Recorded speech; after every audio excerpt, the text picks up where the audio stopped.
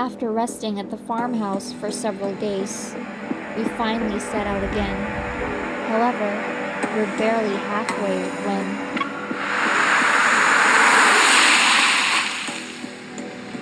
What's wrong? The road is blocked. I lean out and see that familiar Hunters Association logo. Activating my eval, I sense metaflux fluctuations. I'm not surprised. Hunters are probably in the middle of a mission. Stay in the car. I'll go... Wait. I'm in the middle of opening the car door when Zayne grasps my wrist. He pulls me back to his side. I promise I won't put myself in danger. I know, and I also believe in your abilities. But I wanted to say that your scarf is loose. Come closer. I lean in, and Zayne also shifts. The scarf becomes unusually obedient under his dexterous fingers. The weather is unpredictable under the polar night's influence. Be careful not to catch a cold. Also, come back as soon as possible.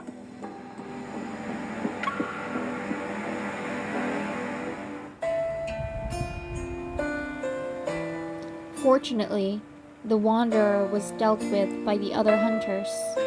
What I sensed was just lingering metaflux that had yet to disappear. When I tell Zayne, he's checking our remaining supplies in the trunk. We're low on supplies. Once the road is clear, we'll head to the nearest rest area to resupply.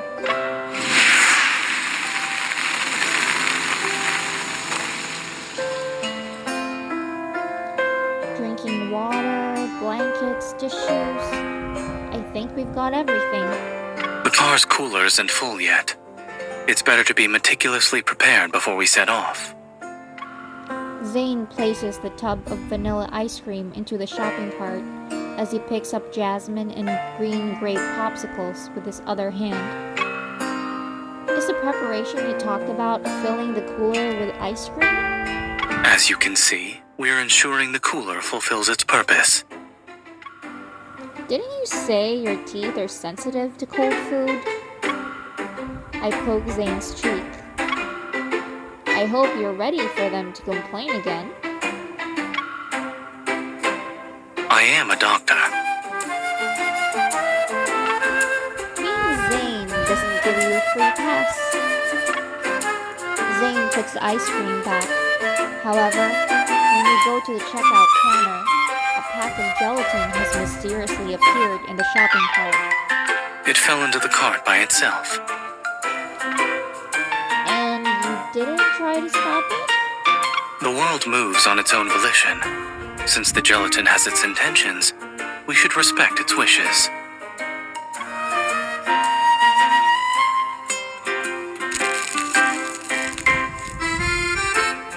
After putting away the supplies we bought, Zayne opens the pack and feeds me the gelatin. Can you sense its desire to be consumed?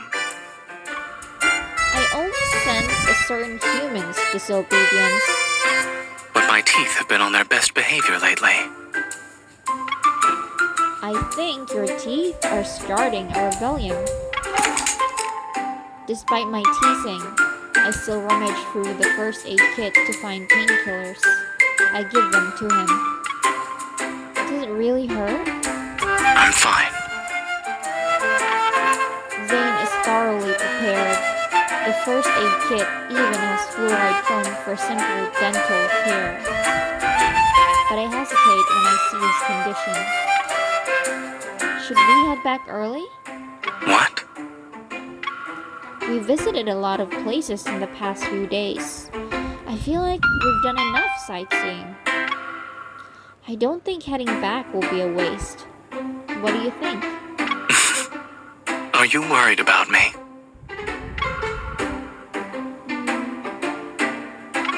There are still plenty of things we can do during this polar night.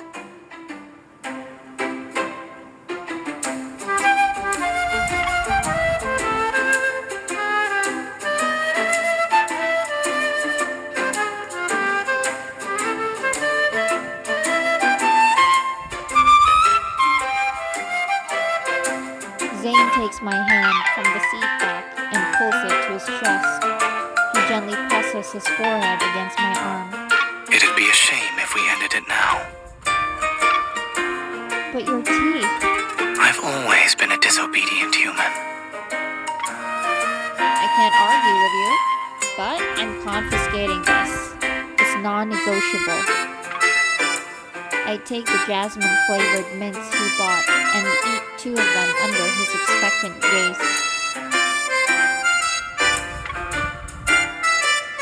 The fluoride foam from earlier tasted terrible. You still can't have candy, but if you want a sweet relief... I move closer to the corner of his lips and give him a gentle peck there. This will do. I feel it. It's sweet enough to make my teeth fall out.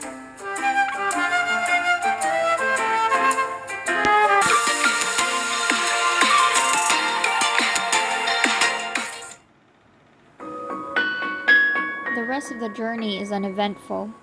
As soon as we arrive at the hot spring inn, it starts snowing. The silvery white snow light illuminates the eaves. The sky and the distant mountains have almost merged into one. The air seeping in through the window cracks carries the snowflakes' coolness. It can make a person's nose tickle.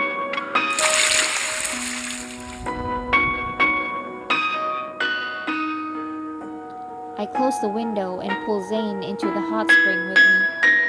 Now, the rising warmth can dispel the cold for us. We can finally warm up. Upon hearing this, Zayne scoops up the hot spring water and pours it over my shoulders. If you are cold, why didn't you ask me for a hand warmer earlier? You already bundled me up like a zombie with a hat, scarf, and gloves. You'd probably have to wrap me up again if you wanted to add hand warmers.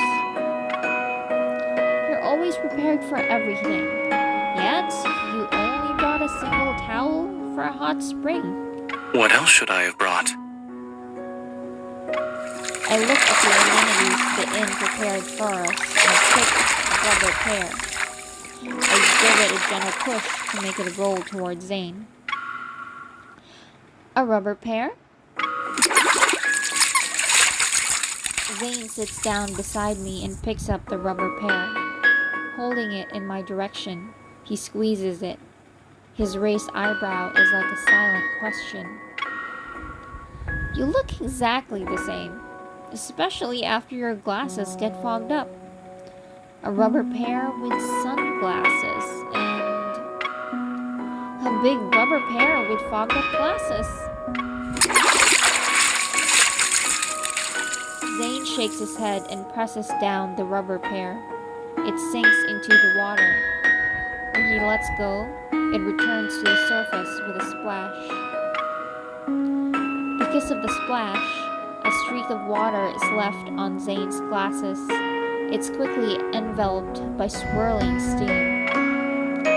It seems like this big rubber pair had one oversight despite being so thorough. You forgot to prepare the anti-fog lens cloth. I wave my hand in front of him. Can you see where I am now? To my surprise, he removed his glasses and places them on my face.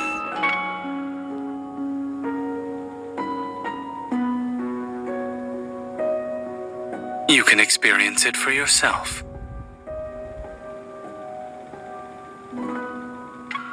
I don't know if it's because of the glasses or the steam from the hot spring, but my vision suddenly becomes blurry.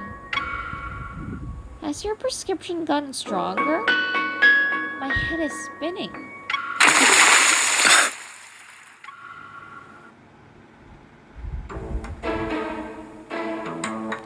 While I'm dizzy, I feel myself being scooped up and placed on something soft.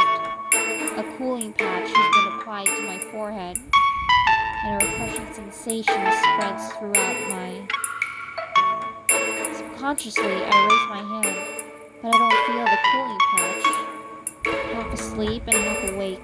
I lift my eyelids and follow the chest in front of me. I look up. I quickly close my eyes again before Zayne notices I'm awake. Do you still feel dizzy?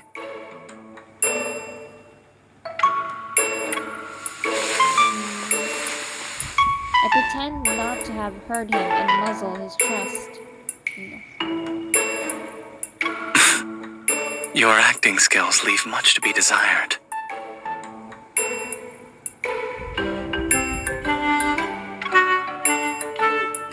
I don't even know how I ended up pretending to sleep here.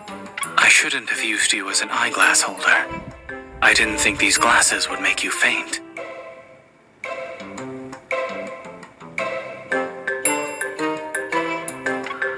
Hey!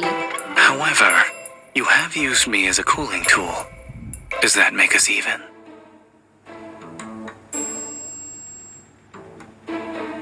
Sit up. You need to replenish your stamina.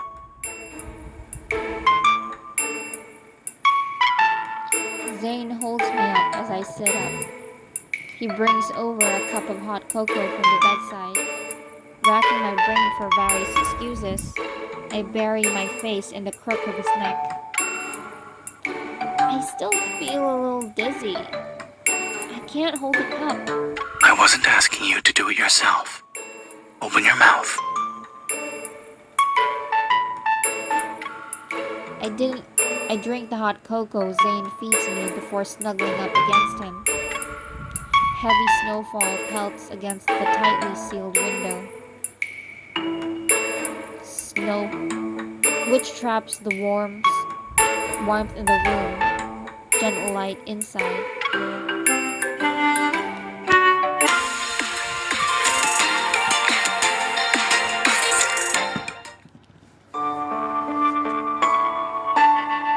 Lincoln Scenic Hotel.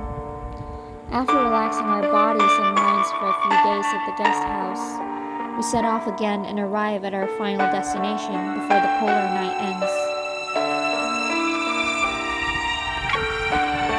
This really is a scenic hotel. The location is perfect for watching the sunrise.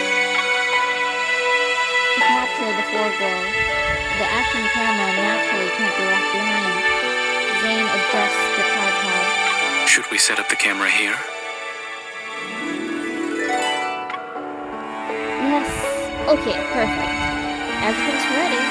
Now, all we need to do is wait for the sunrise. After setting up the camera, we sit on the sofa on the hotel balcony. Zayne, look! The color of the sky is changing.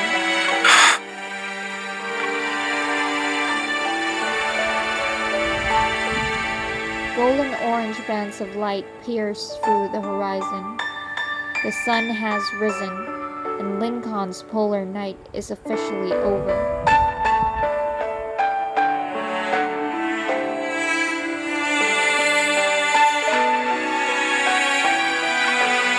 I almost hold my breath as I anticipate the foreglow. However, we wait a long time, but there's still no trace of it in the sky.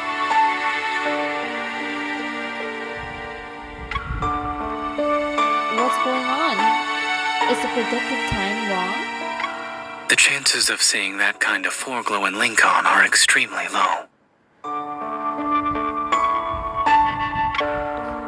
So we were destined to not see it today?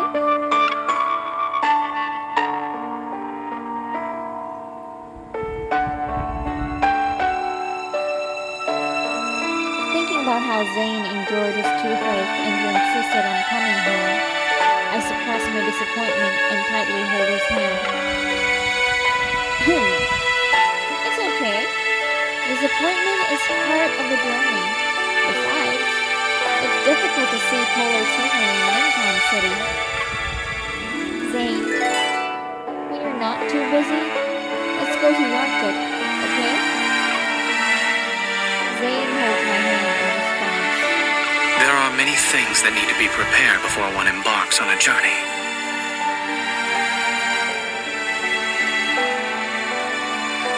But disappointment is the one thing that's not on the checklist.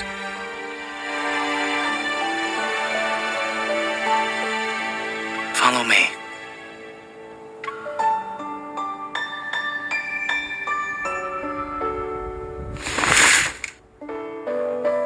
We return to our room.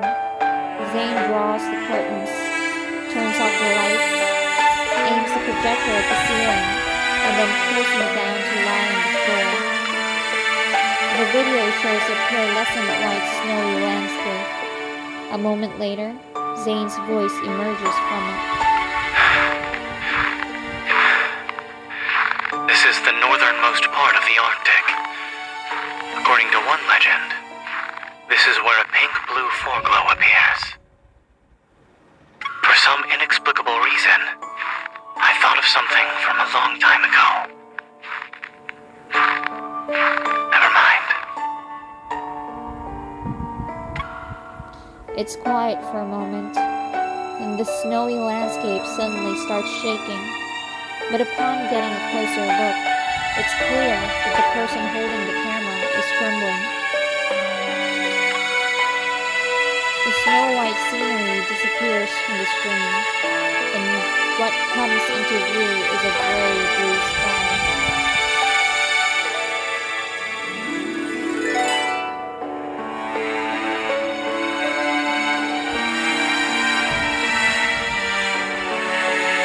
The snowy white scenery disappears from the screen, and what comes into view is a gray blue sky. The wisp of a pink cloud suddenly bursts in the sky, as if someone pressed the fast-forward button. Pink and gray blue hues interweave. After an interminable amount of time, pink and blue slowly merge like lovers, reunited after a long separation. Lovers nestled against the distant horizon.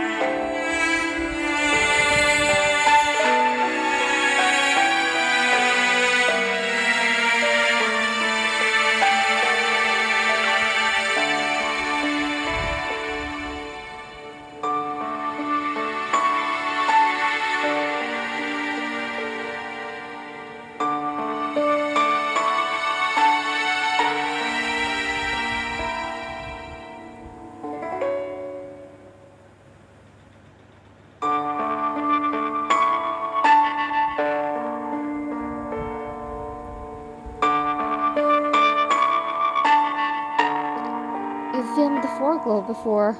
I couldn't let you have any regrets. It's very special, a rare phenomenon in the Arctic. Even with meticulous preparations, you might not be able to see it. But it appeared. Perhaps it was destined to meet you at this moment. I turn and the pink-blue light flows into his eyes. It's impossible to look away. It's a little late, but I'm very happy I got to see it. The flowing light is too dazzling. I can't help but trace his brow ridge. Then I gently kiss his eyes.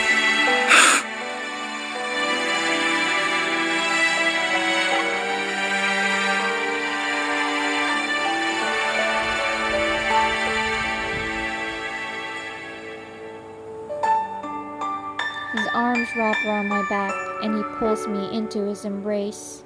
Amidst our intertwining breaths, Zayne's voice reaches my ears, along with the wind and snow from the video. From now on, we won't have any regrets in the journeys we share.